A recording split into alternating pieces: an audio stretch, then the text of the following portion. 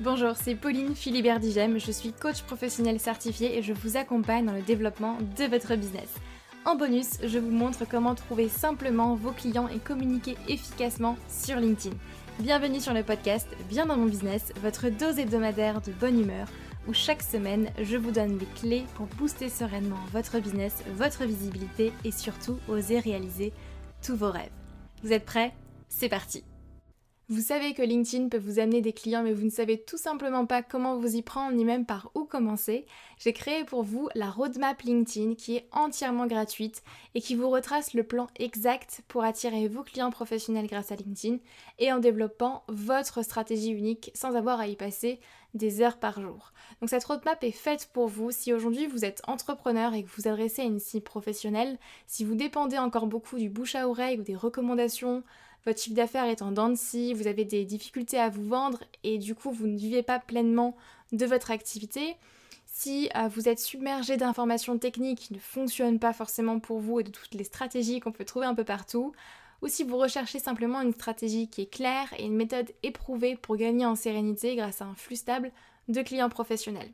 Donc en soi, ce que vous allez apprendre dans ce guide, c'est simple, vous allez déjà voir pourquoi les techniques et les stratégies que vous avez déjà mises en place ne fonctionnent pas pour vous, et en particulier sur LinkedIn.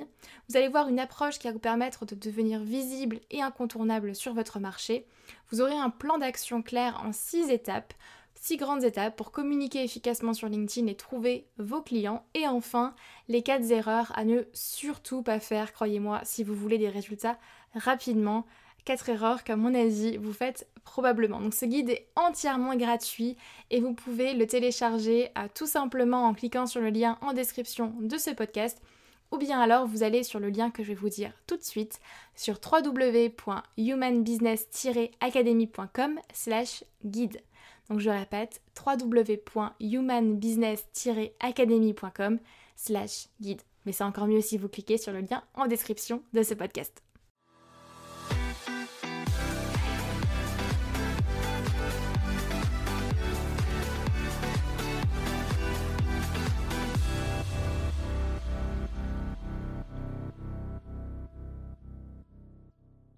Bonjour tout le monde, j'espère que vous êtes en forme. On se retrouve aujourd'hui pour un épisode assez particulier. On va parler de la structure de votre entreprise et de la raison pour laquelle aujourd'hui vous n'atteignez pas votre objectif de chiffre d'affaires. En général, la première chose, quand je travaille avec mes clients, que ce soit dans la Human Business Academy ou dans mes coachings individuels ou autrement, la première chose en fait que je vais regarder chez eux, c'est à quel point leur business model est adapté à la manière dont ils veulent gérer leur business, à leurs objectifs. Parce qu'en fait, c'est souvent là que se trouve en fait le premier vrai problème. Et si aujourd'hui vous avez du mal à vous vendre, vous communiquer, ça marche pas, ou vous avez même des clients, mais bon, vous arrivez à votre plafond de verre et au final, vous n'arrivez jamais vraiment à atteindre votre objectif de chiffre d'affaires, ou vous n'arrivez pas à vous libérer en fait assez de temps que vous aimeriez, c'est souvent un problème déjà à la base en termes de business model et que c'est tout simplement pas adapté à votre vision, à votre organisation, au temps que vous avez de disponible et à vos objectifs. Pour moi, quand on choisit son business model, il faut prendre en compte en fait 2 choses importantes. La première chose, ça va être votre marché. La deuxième chose, c'est votre vision. Si vous choisissez en fait le mauvais business model, en fait, vous risquez tout simplement de ne pas faire assez de ventes ou alors de vous retrouver, comme je vous le disais, à un moment donné, à un plafond de verre dans quelques mois, à vous demander comment vous allez faire pour développer votre activité sans sacrifier votre temps, sans sacrifier votre vie personnelle, sans travailler plus. Parce qu'à un moment donné, on n'a tous que 24 heures dans la journée. Donc si dans votre business model, vous tarifez à l'heure, il faut être conscient qu'à un moment donné, vous allez arriver à un plafond. Alors si c'est votre plafond et qu'il est OK et que vous êtes OK avec ça, c'est bon. Mais si vous voulez aller plus haut, il va falloir revoir votre business model tout simplement. Et c'est normal, ça va, je pense, avec le fait d'une entreprise qui grandit. On est constamment obligé de réadapter aussi son business model à sa vision, à ses objectifs. Je vous donne un exemple, si aujourd'hui vous facturez une prestation à 100 € de l'heure et que votre objectif c'est de faire 10 000 € par mois, vous allez devoir faire 100 heures de travail effectif par mois. Ça fait à peu près 25 heures par semaine de travail avec vos clients. Donc là, Je compte même pas le temps de la prospection, de la communication, de la comptabilité, de la partie où vous travaillez sur le développement de votre entreprise, de la partie même où vous préparez à la rigueur vos séances s'il y a besoin. Et c'est un truc de fou. Vous allez vous épuiser. Et ce business model, il n'est pas viable sur le long terme si vous voulez faire 10 000 € par mois, si vous voulez vous libérer du temps. Parce que vous n'allez pas passer 25 heures en fait. Vous allez passer beaucoup plus. Et puis ça veut dire aussi qu'il faut faire 100 heures dans le mois. Donc il faut trouver aussi ces clients-là pour faire vos 100 heures effectives par mois, pour faire juste 10 000 € par mois.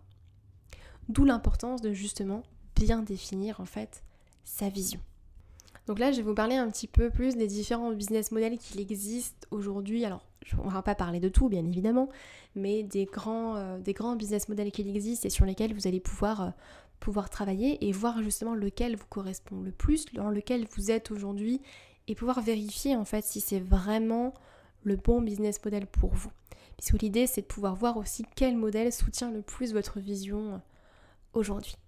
Aujourd'hui, moi, je note 4 grands, on va dire, business models qui existent et qui sont, on va dire, les plus répandus.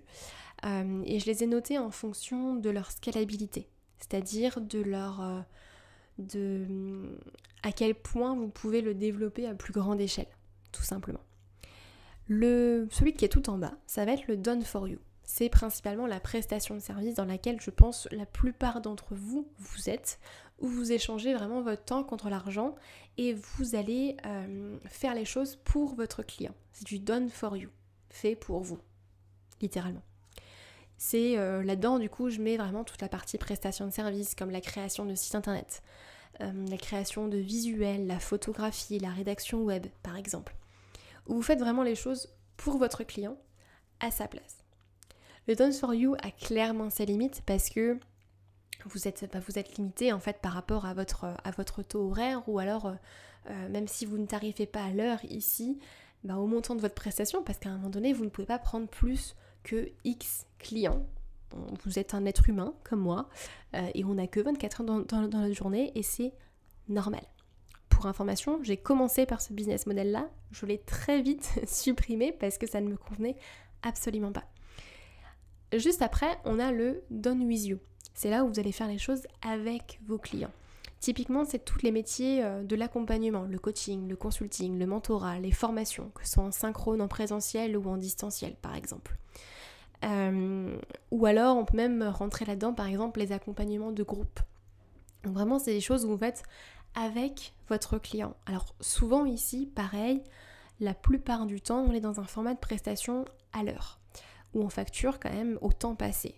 Ce que je trouve, encore une fois, excusez-moi, mais complètement débile. Mais bon, ça c'est ma vision. Pour moi, ça n'a pas de sens de tarifer à l'heure. Comme si on devait mettre une valeur sur notre temps.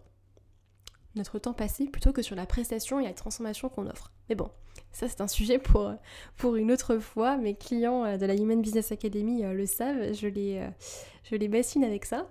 Mais bon, et donc c'est déjà quelque chose de plus scalable parce que vous pouvez condenser en fait par exemple votre expertise dans quelque chose de plus accessible, on va dire. Et par exemple dans les accompagnements de groupe, ça vous permet de mutualiser, on va dire, les accompagnements et de passer moins de temps mais de quand même faire le même chiffre d'affaires. Vous voyez, donc c'est déjà plus scalable en fait que juste la prestation de service où vous échangez vraiment votre temps contre de l'argent et vous faites pour votre client. Le troisième business model que j'ai noté, c'est le fameux business en ligne, dont on parle beaucoup. Les 3 grands modèles qui existent, que je mets là-dedans, c'est les formations en ligne, les memberships et les boutiques en ligne. C'est quelque chose de beaucoup plus scalable, qui est clairement, là, on peut vraiment tirer sur la scalabilité parce que vous n'échangez plus votre temps contre de l'argent. Votre coût en fait est le même que vous vendez votre prestation à 1 à 100 personnes, à 1000 personnes, c'est pareil. Par contre, votre chiffre d'affaires il est multiplié par 100, par 1000. Donc, c'est beaucoup plus scalable, effectivement. Après, ça ne convient pas non plus à tout le monde. C'est pas la solution miracle, d'accord ? Mais c'est à prendre en compte. Donc, le niveau de scalabilité, là, augmente. On a le Done for You, où vous faites pour les gens. Le Done with You, où vous êtes dans l'accompagnement. Et le mode plus business en ligne. Et j'ai noté un quatrième business model que je mets un petit peu au milieu de tout ça. C'est le modèle plus agence, entre guillemets.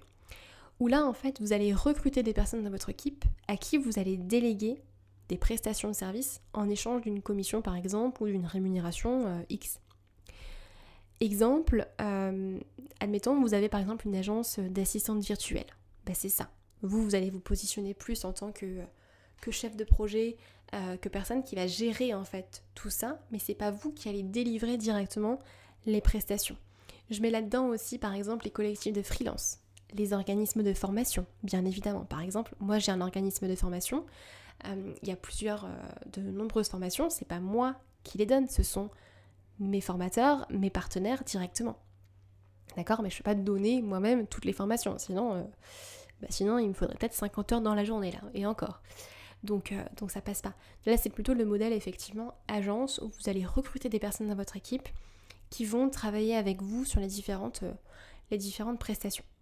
Donc par exemple aujourd'hui, moi dans mon entreprise, alors j'ai principalement démarré avec du done for you, mais que j'ai quand même très vite arrêté. Puisque ça ne me convenait pas et qu'à l'époque j'étais vraiment toute seule.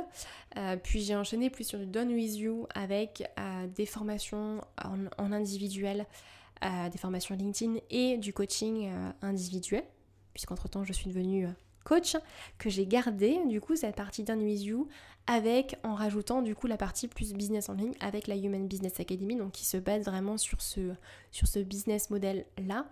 Et puis après, j'ai rajouté donc l'organisme de formation que j'ai créé l'année dernière et j'ai repris la prestation de service où je prends en main votre compte LinkedIn pour créer vos propres posts, optimiser votre profil et je gère en fait directement votre compte LinkedIn de A à Z. Donc en fait, j'ai un petit peu tout testé, donc je vois clairement aussi ce qui est le plus adapté en fonction aussi de sa vision et en fonction de qui vous êtes et de vos objectifs, puisque tout ne va pas être adapté justement pour vous.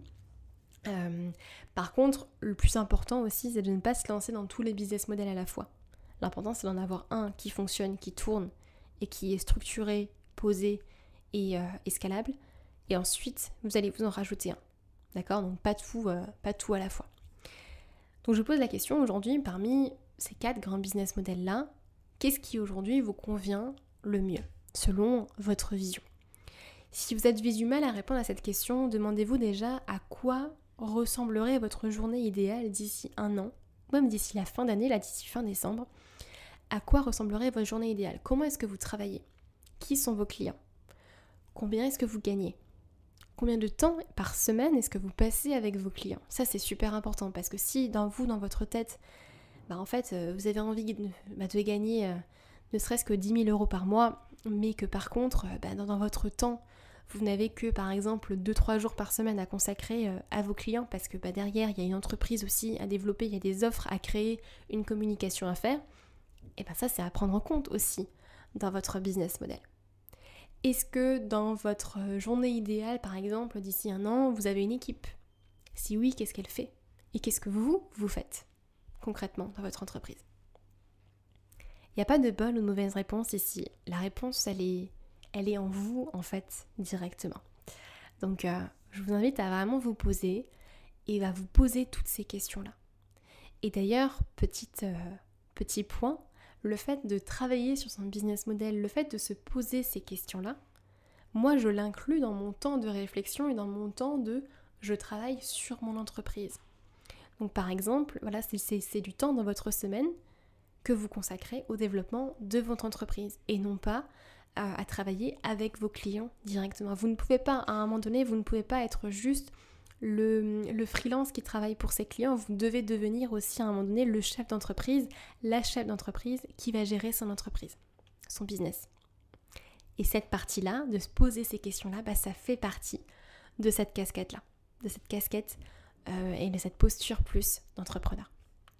Et donc comme je vous le disais aujourd'hui, moi j'ai un petit peu les 4 business models, le Done for You avec la délégation du compte LinkedIn, le Done with You avec mes coachings individuels, le business en ligne avec la Human Business Academy et le modèle plus agence avec mon organisme de formation par exemple. Mais tout ça, ça ne s'est pas créé en fait par hasard. Un jour, je me suis pas réveillée en me disant tiens, je vais mettre ça en place, tiens, je vais mettre ça en place. Ça s'est créé parce que j'ai travaillé ma vision en fait à la base. Et je savais où je voulais aller pour justement pouvoir atteindre ma vie de rêve et pour pouvoir réaliser les rêves que je me suis fixés, me libérer le temps que je voulais me libérer pour faire les choses que j'avais décidé de faire, par exemple. Un exemple tout simple, aujourd'hui je vis à Bali, et je ne me suis pas réveillée un jour en me disant demain je vais partir déménager à Bali. Ça s'est construit et j'ai organisé en fait toute mon entreprise autour de ce rêve-là. Autour j'ai envie de me libérer ce temps-là pour pouvoir justement partir vivre à Bali et puis vivre ce que j'ai à vivre, apprendre ce que j'ai à apprendre, intégrer aussi les nouveaux apprentissages que je vais pouvoir faire et vous les transmettre derrière. Vous imaginez pas déjà les choses que j'ai déjà pu apprendre ici et pu vivre en termes de transformation. Je vous les partagerai quand je les aurai vraiment intégrées. Mais voilà, en fait, l'idée c'est de partir de votre vision et ensuite de structurer votre business model et votre entreprise en fonction de ça. Et donc c'est là où ça ne sert à rien en fait de copier le voisin et de prendre le même business model que vos concurrents s'il n'est pas adapté à votre vision, à votre organisation, à la manière dont vous fonctionnez, à vos envies, à vos rêves. À un moment donné, vous allez vous épuiser et vous allez devenir en fait l'esclave de votre entreprise et ne pas obtenir en fait la liberté que vous voulez vraiment vous créer avec votre entreprise. Donc, pour conclure, si je dois résumer vraiment tout ce que je vous ai dit là déjà, c'est 1, votre business model doit soutenir votre vision de la même manière que votre entreprise soutient vos rêves et vos ambitions. Vous ne travaillez pas pour votre entreprise, c'est votre entreprise qui travaille pour vous. Et votre entreprise qui impacte la vie aussi de vos clients. D'accord ? Et enfin, commencez par construire déjà vos offres selon le business model que vous aurez choisi. Et petit à petit, une fois que vous aurez bien structuré un business model, vous pourrez en ajouter d'autres pour scaler votre entreprise, la développer et puis avancer vers vos rêves en fait, tout simplement. Et ça, ce sont des choses qu'on voit directement dans la Human Business Academy quand on crée votre offre, qu'on pose les bases, qu'on structure votre entreprise, qu'on crée votre offre, votre cible, votre positionnement. C'est des choses qu'on voit directement ensemble. Donc si c'est quelque chose qui vous intéresse, n'hésitez pas à prendre un petit call avec nous et puis on verra ensemble si c'est fait pour vous, si c'est adapté. Et je vous laisse aller regarder tout ça. En tout cas, j'espère que l'épisode vous aura plu. J'espère aussi que ça vous aura conforté dans votre choix de business model ou au contraire de vous dire non, en fait c'est ça qu'il me faut. Je suis partie dans la mauvaise direction et c'est ok. Donc je suis contente de participer à ces réflexions-là. N'hésitez pas à me faire un retour encore une fois par message privé, par mail ou autre pour me dire ce que vous en avez pensé et les réflexions que ça déclenche chez vous. Je suis toujours hyper contente de pouvoir échanger avec vous chaque semaine. Et je vous souhaite une très très belle semaine, très très belle journée, soirée, où que vous soyez. J'attends vos retours avec impatience et prenez soin de vous. Je vous dis à la semaine prochaine pour un nouvel épisode de Bien dans mon business. Bye bye.